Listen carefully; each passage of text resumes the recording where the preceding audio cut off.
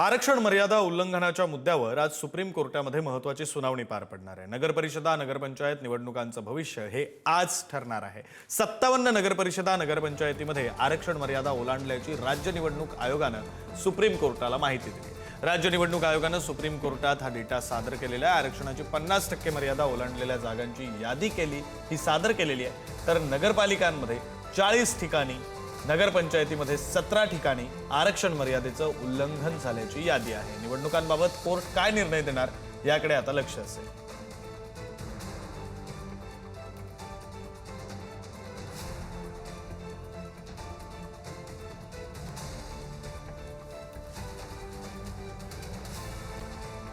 आणि या सगळ्या संदर्भात बोलण्यासाठी आपल्यासोबत या प्रकरणातले जे याचिकाकर्ते आहेत ते विकास गवळी आपल्यासोबत जोडले गेलेले आहेत। आपण त्यांच्याशी या संदर्भात बोलूया।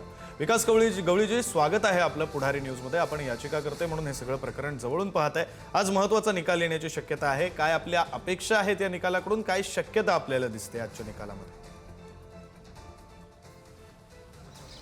गेल्या महिन्याभरापासून मी सातत्यानं जे आपल्या माध्यमातून राज्यातल्या संपूर्ण जनतेला किंवा ओबीसी प्रवर्गातून निवडणूक लढवणाऱ्या सगळ्या उमेदवारांना जे काही सांगत होतो, तर त्या गोष्टीवर आज शिक्कामोर्तब झालेले आहे। त्यांनी त्यांची चूक एक प्रकारे मान्य केलेली आहे की हे सर्वोच्च न्यायालयाच्या के कृष्णमूर्ती या 5 जजेसच्या घटनापीठाच्या निर्णयाचं उल्लंघन त्यांच्याकडनं झालेलं आहे। आणि त्या उल्लंघनामुळं एकंदरीत ही सगळी प्रक्रिया ओबीसी आरक्षण देण्याची ती कुठेतरी धोक्यात आली होती। आणि त्याच्यामुळं त्या प्रवर्गात निवडणूक लढवणारे जे काही ओबीसी आमचे उमेदवार बांधव आहेत, तर त्या उमेदवारांच्या डोक्यावर टांगती तलवार होती। तो विषय आज सर्वोच्च न्यायालयाच्या समोर राज्य निवडणूक आयोगाने मान्य केलेला आहे। आणि मी जे काही आतापर्यंत सातत्यानं सांगत होतो त्यावर आज शिक्कामोर्तब झालेलं आहे की ही चूक राज्य निवडणूक आयोगाची होती आणि त्या चुकीचं कारण नसताना उद्या त्रास आमच्या ओबीसी बांधवांना, जे लोक ओबीसी प्रवर्गातून निवडणूक लढत होते त्यांना होणार होता। 289 लोकांची 2021ला ज्या पद्धतीनं ओबीसी प्रवर्गातून पदं जाऊन त्यांच्या ओपन कॅटेगरीमधून निवडणुका झाल्या होत्या, तीच परिस्थिती आज तयार झाली होती। तशाच पद्धतीचा राज्य निवडणूक आयोगाचा आदेश ह्या निवडणुका लावताना होता। तोच सेम पॅरेग्राफ यावेळेला मेन्शन केला होता।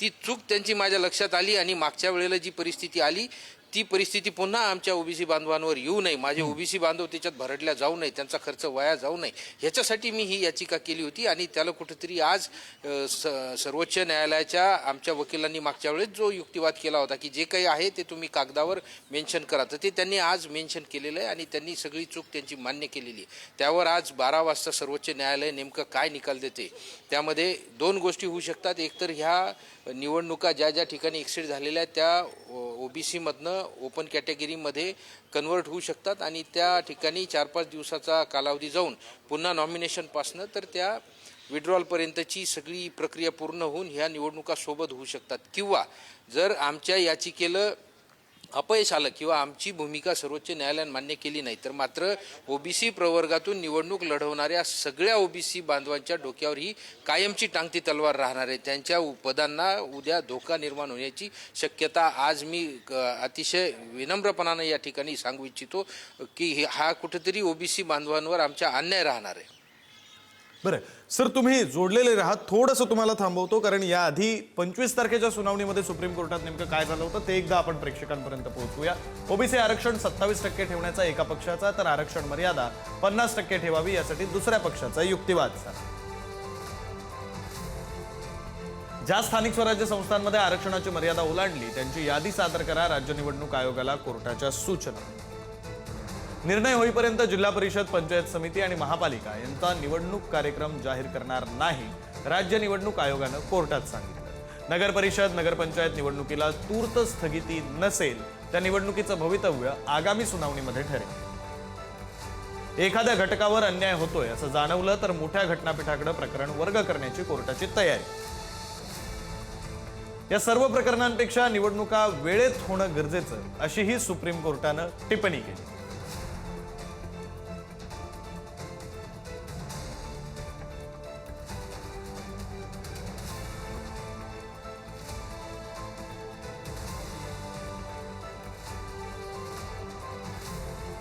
या सगळ्या प्रकरणावर आज सुप्रीम कोर्टामध्ये महत्त्वाची सुनावणी पार पडली।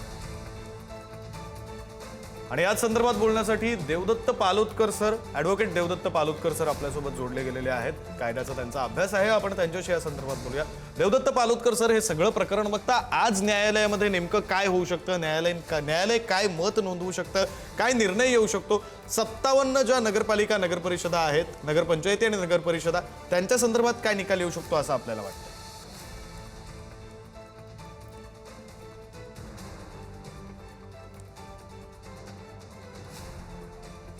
काही तांत्रिक बाबी आहेत, देवदत्त पालोदकर यांचा आवाज आपल्यापर्यंत येऊ शकत नाहीये. मात्र आपण पुन्हा एकदा विकास गवळी यांच्याकडे जाऊया. या सगळ्या प्रकरणातले ते याचिकाकर्ते आहेत, आपण त्यांच्याकडे जाऊया. विकास गवळीजी, आता आपण काही मुद्दे पाहिले की मागच्या तारखेला न्यायालयामध्ये नेमकं काय झालं होतं. न्यायालयानं आणखी एक मत जे शेवटचं नोंदवलं होतं, टिप्पणी केली होती, ती अशी होती की या सगळ्यापेक्षा महत्त्वाचं आहे निवडणुका वेळेत होणं. याबद्दल आपल्याला काय वाटतं? या वक्तव्याचा जर विचार केला, या टिप्पणीचा विचार केला, तर आज न्यायालयामध्ये काय घडू शकेल?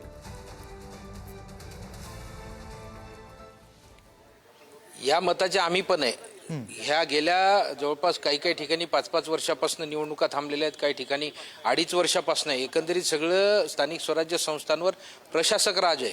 परंतु ह्या निवडणुका प्रक्रिया जर वेळेत पूर्ण करायच्या आणि त्या चुकीच्या पद्धतीनं जर होत असतील तर त्याचा कारण नसताना भुर्दंड हा ओबीसी बांधवांना पोचण्याची शक्यता नाकारता येत नाही. ते होऊ नये म्हणून आम्ही हा सगळा खटाटोप केलेला आहे. परंतु सर्वोच्च न्यायालय नेमकं काय ह्याच्यावर डिसिजन देते ते पाहणं ह्याच्यामध्ये गरजेचं राहणार आहे. त्या ठिकाणी आमच्या पक्षाचे वकील आणि सरकारी पक्षाचे वकील काय बाजू मांडतात आणि त्यावर सर्वोच्च न्यायालय त्यांची भूमिका काय घेते हे सगळ्यात ह्या ठिकाणच्या प्रक्रियेला एकंदरीत अनुसरून राहणार आहे.